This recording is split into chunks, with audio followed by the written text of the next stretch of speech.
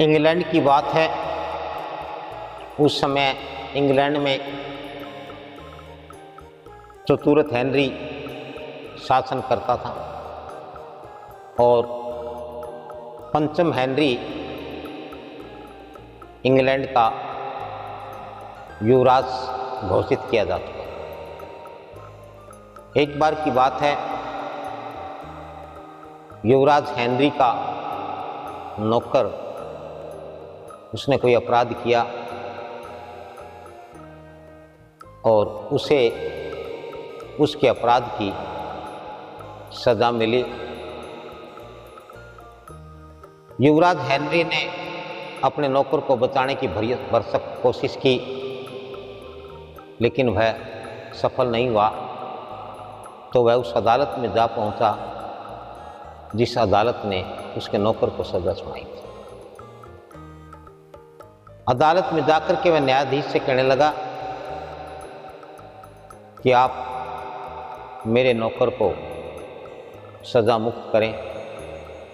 तो न्यायाधीश ने कहा कि यदि आप चाहते हैं कि आपका नौकर जिसने अपराध किया है उसकी सज़ा तय हो चुकी है, यदि आप उसकी सज़ा माफ़ करवाना चाहते हैं तो आप सम्राट हेनरी से प्रार्थना करें, मैं कुछ नहीं कर सकता। सम्राट हेनरी के निर्णय पर हम विचार करें। इससे युवराज हेनरी आग बबूला हो गया। वह जज की ओर भागा।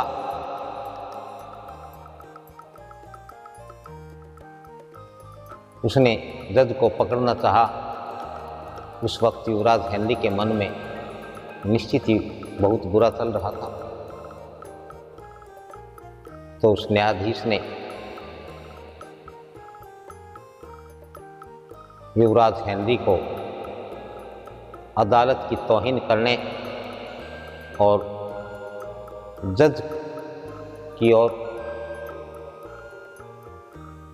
उन्हें नुकसान पहुंचाने की दृष्टि से उनकी ओर दौड़ने के लिए उन्हें सज़ा सुनाई और कहा कि अब तुम्हें जेल जाना होगा।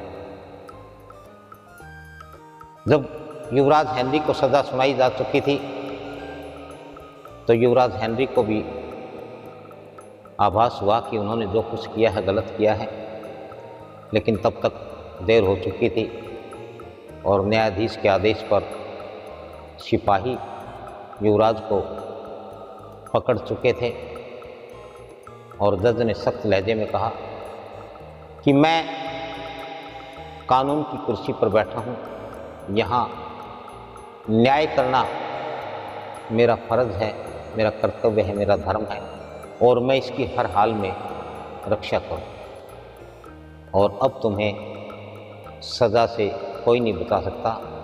और उसने सिपाहियों को आदेश दिया कि जाओ इसे जेल में डालो। जब सम्राट हेनरी ने यह बात सुनी तो उसे बड़ी प्रसन्नता हुई कि जिस राज्य में न्यायप्रिय न्यायाधीश हों, जो राज्य के उत्तराधिकारी युवराज को भी सज़ा सुना सकते हो, जेल में डाल सकते हो। सम्राट हेनरी को जब इस बात का पता चला कि युवराज हेनरी को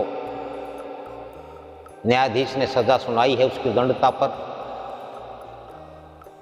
न्याय की अवहेलना करने पर, तो सम्राट बड़ा प्रसन्न हुआ, बड़ी खुशी। और उसने कहा कि धन्य है ऐसे न्यायाधीश, और जिस राज्य में ऐसे न्यायप्रिय न्यायाधीश हो उस राज्य को और उस राजा को भला कौन सा सुख नहीं हो सकता कि जिस राज्य का युवराज कानून का उल्लंघन करने पर सजा पाता हो।